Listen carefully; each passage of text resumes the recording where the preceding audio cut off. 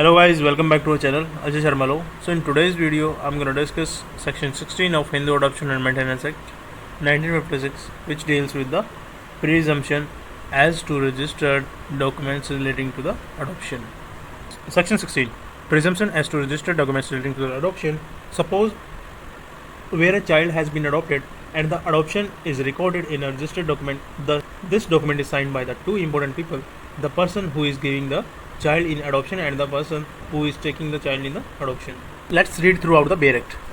Section 16. Presumption as to registered documents relating to adoption. Whenever any document registered under any law for the time being in force is produced before any court purporting to record adoption made and is signed by the person giving and the person taking the child in adoption, the court shall presume that the adoption has been made in compliance with the provisions of this act unless and until it is disproved.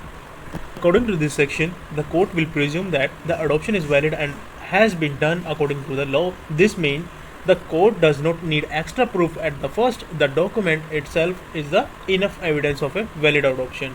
But remember, this presumption is not absolute. If someone brings the proof against the adoption, for example, evidence that some legal conditions were not followed, then this presumption can be disproved.